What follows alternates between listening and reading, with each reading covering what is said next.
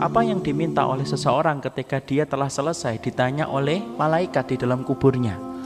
Maka kemudian dikatakan oleh Rasulullah dalam riwayat Barra bin Azib, kalau seseorang itu telah selesai, ketika dia telah didatangi oleh para malaikat, di mana malaikat itu bertanya kepadanya dengan 3 pertanyaan.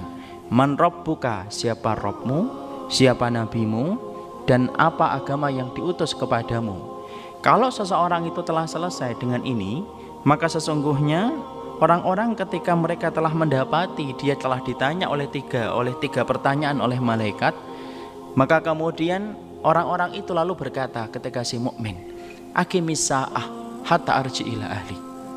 Lalu kemudian orang-orang ketika mereka telah selesai ditanya oleh para malaikat dengan 3 pertanyaan tentang Robnya, tentang nabinya, tentang agama yang diutus kepadanya, maka sesungguhnya seseorang yang ada di dalam kuburnya lalu berkata, aqimis sa'ah.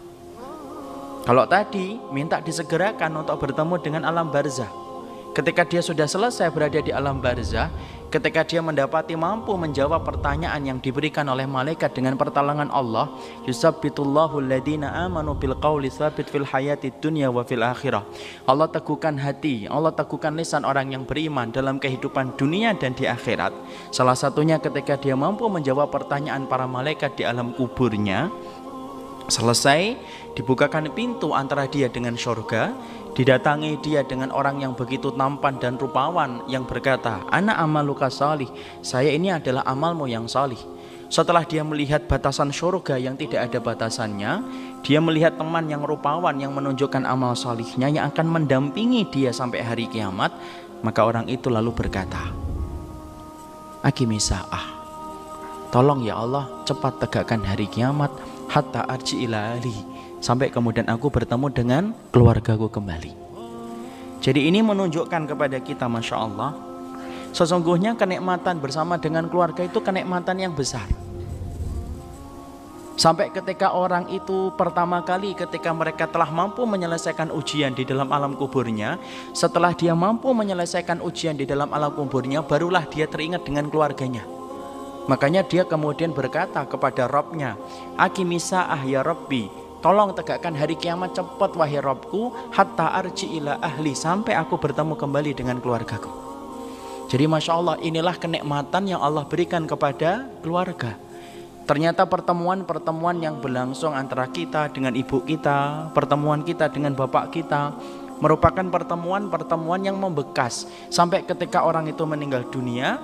Ketika mampu menyelesaikan ujian di dalam alam kuburnya, yang pertama kali diminta adalah supaya dia bertemu dengan keluarganya. Padahal kita paham hakikat pertemuan itu kalau bagi kehidupan manusia itu ada berapa? Ada 4. Hakikat pertemuan dan perpisahan dalam kehidupan kita itu hakikatnya ada 4. Ini kita harus paham dulu ya, supaya kemudian kita mampu untuk menjelaskan hadis yang tadi. Hakikat pertemuan dan perpisahan kita itu ada 4. Yang pertama adalah bertemu di dunia tetapi tidak pernah bertemu di akhirat. Siapa mereka-mereka yang dipertemukan oleh Allah di dunia tetapi tidak akan pernah bertemu lagi di akhirat? Yaitu adalah orang-orang kafir, orang-orang musyrik, orang-orang yang memiliki penyakit kemunafikan yang mengeluarkan ia dari agama Allah. Maka sesungguhnya orang yang semacam ini mereka ketemu di dunia tetapi tidak akan pernah ketemu di akhirat. Sebagaimana Rasulullah tidak akan bertemu kembali dengan Abu Thalib, sebagaimana Abu Thalib tidak akan bertemu dengan Abu Jahal, dan sebagaimana Abu Jahal tidak akan bertemu dengan Abu Lahab, dan sebagaimana Abu Lahab tidak bertemu dengan istrinya Ummu Jamil. Kenapa? Karena hakikatnya pertemuan bagi orang kafir, mereka ketemu di dunia tetapi tidak akan pernah ketemu di akhirat. Makanya Allah berfirman di dalam surat Al-Ma'arij, yawaddul mujrimu law yaftadi min adabi yawma idzin bi banihi wa sahibatihi wa akhihi wa fasilatihi allati tu'wih wa man fil ardi jami'an tsumma yunji.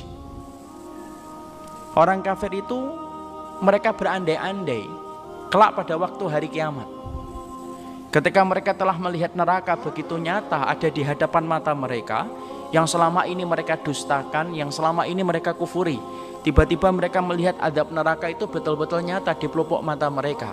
Tahukah kita apa yang diinginkan oleh mereka ketika mereka sudah melihat neraka itu? Orang-orang kafir lalu berkata, "Lau yaftadi min adabi yawma idzin bi banihi." Mereka kemudian berandai-andai, cobalah kami mampu menebus diri kami dari adab Allah ini walaupun dengan anak-anak kami, dengan istri-istri mereka, dengan keluarga-keluarga besar mereka yang dulu melindungi mereka ketika di dunia. Wa man fil ardi jami'an tsumma yunji, dan semua orang yang pernah mereka kenal di atas muka bumi, maka mereka ingin sekali menebus dirinya supaya tidak mendapatkan adab Allah dengan dia menebus dirinya dari semua orang yang menjadi keluarganya.